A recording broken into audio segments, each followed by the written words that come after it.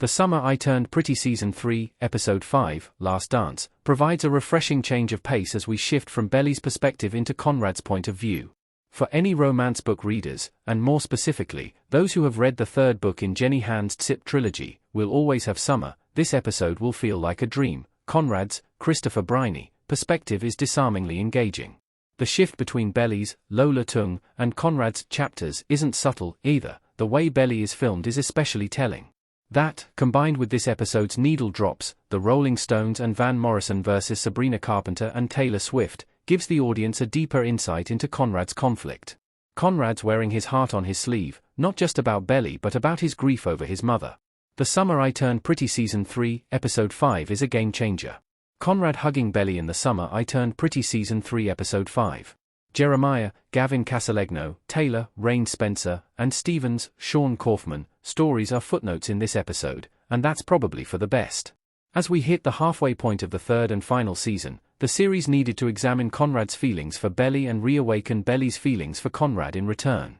The stars aligned to give Conrad and Belly an afternoon of fun together, without anyone else getting in the way. There are numerous sensual close-ups as Conrad takes in every detail of Belly's profile. Although some of these shots felt like they could be inserted into a montage of an action hero dreaming of his deceased wife, we now know why Conrad kept his distance. One scene, during which Belly eats a fresh peach, is brimming with genuine sexual tension that completely undermines any chemistry Belly and Jeremiah, Gavin Casalegno, may have showcased this season. Watching the lovebirds dance on the dock afterward feels hollow.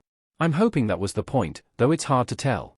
One of my frustrations with this season so far has been the lack of feeling Belly has shown towards Conrad.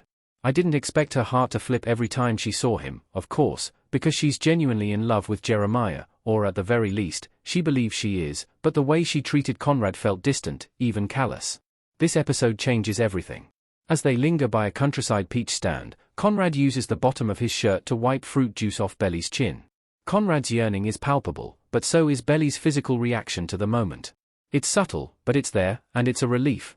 I was worried Belly's renewed feelings would come out of nowhere, the same way her forgiving and agreeing to marry Jeremiah came out of nowhere. Certain parts of this season's storytelling have felt unearned or underwhelming, especially within Jeremiah and Belly's relationship.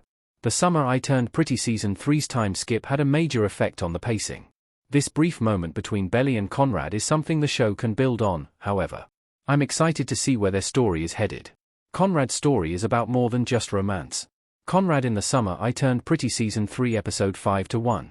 Just like The Summer I Turned Pretty's previous episode showed us a more complex side of Belly's relationship with her mother, Laurel, Jackie Chung, this episode explores Conrad's relationship with his mother, Susanna, Rachel Blanchard, and how that's affected his dynamic with both Belly and Jeremiah. In a tender yet heartbreaking flashback in which Conrad speaks to his mother just before her death, he promises her that he'll look after Jeremiah. The scene itself isn't groundbreaking, narratively speaking. We know that Susanna was a loving parent. What's interesting to watch here is Briney's performance. Previous scenes involving Conrad's mother, indirectly or directly, have portrayed him as being closed off. This was purposeful, of course, but because we're seeing things from Conrad's perspective in The Summer I Turned Pretty Season 3, Episode 5, he's more open and vulnerable, just as he's learning to be with his therapist and in other aspects of his life. Of the young cast, I'd say Briney is probably the strongest performer. His performance is often subtle, and though there are times when it feels a little too subtle, Briney conveys much with his body language and his eyes, which can sometimes depict more emotion than the average YA drama series dialogue can.